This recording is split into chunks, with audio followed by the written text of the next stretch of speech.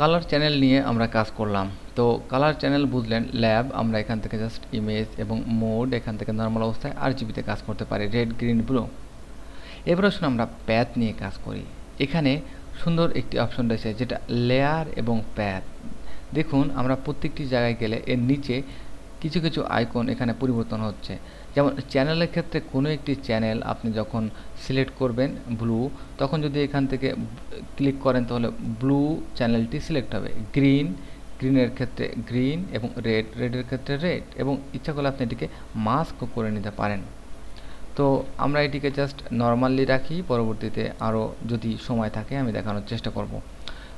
এখানে প্যাথটি হচ্ছে এমন একটা জিনিস নর্মালি এখানে তৈরি হয় না। যখন একটি শেপ ক্রিয়েট হয় তখন শেপের একটি প্যাথ তৈরি হয়। যখন আপনি পেন টুল দিয়ে কোনো প্যাথ তৈরি করেন তখন এখানে একটি প্যাথ তৈরি হয়, এবং এই প্যাথটি যখন তৈরি হয় তখন এখানে দেখতে পাচ্ছেন আপনি নতুন আরেকটি নিউ প্যাথ দিয়ে আরও একটি প্যাথ তৈরি করতে পারেন। এবং আপনি লেয়ারের মতো অসংখ্য পরিমাণ প্যাথ আপনি সিলেক্ট করতে পারেন, এবং সিলেক্ট করার পর যে কোনো সময় যে কোনো প্যাথ সিলেক্ট করতে পারেন, এখান থেকে প্যাথটিকে সিলেক্ট করতে পারেন।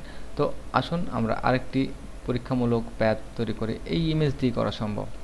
প্রথমে আমরা একটি প্যাথ তৈরি করব, নিউ প্যাথ, এবং প্যাথের নাম আমাদের রেড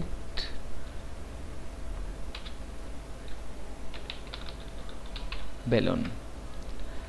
জুম করুন, এখানে আমরা একটি প্যাথ তৈরি করব আমাদের রেড বেলুনের উপর, অনেক অল্প জায়গা।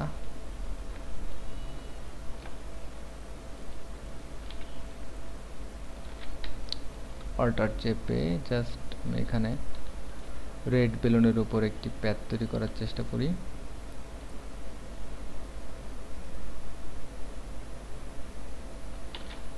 টু মাচ ডিফিকাল্ট,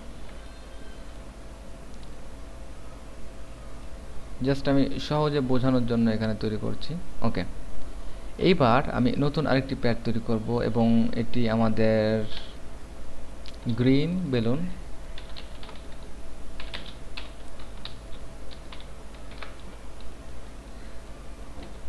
এবং এখান থেকে আমি জাস্ট গ্রিন বেলুনটিকে প্যাথ তৈরি করে নিতে পারি।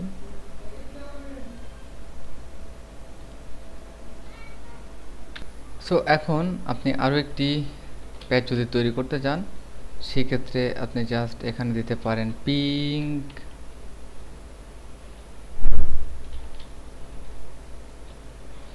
এখানে পিঙ্ক বেলুন, এবং আমরা এখান থেকে আরেকটি নতুন প্যাথ তৈরি করব।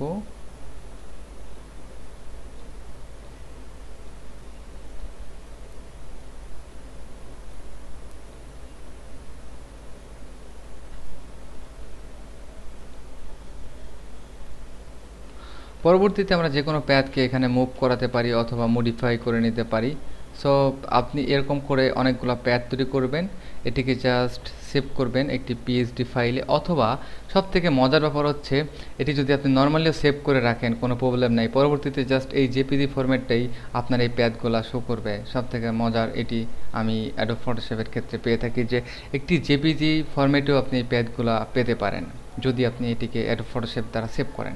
প্যাথ ইনফরমেশনটা যে কোনো সময় আপনি এখান থেকে সিলেক্ট করতে পারেন, আপনি যে কোনো সময় এটিকে ফিল করতে পারেন কোনো ভেক্টর দিয়ে, অথবা যে কোনো সময় আপনি এটিকে জাস্ট একটি যেটিকে বলে স্ট্রোক দিতে পারেন, অথবা আপনি এটিকে সিলেক্ট করে জাস্ট আপনি রিফাইনিং এজের মাধ্যমে রেডিয়াস, স্মুথ এবং ওকে,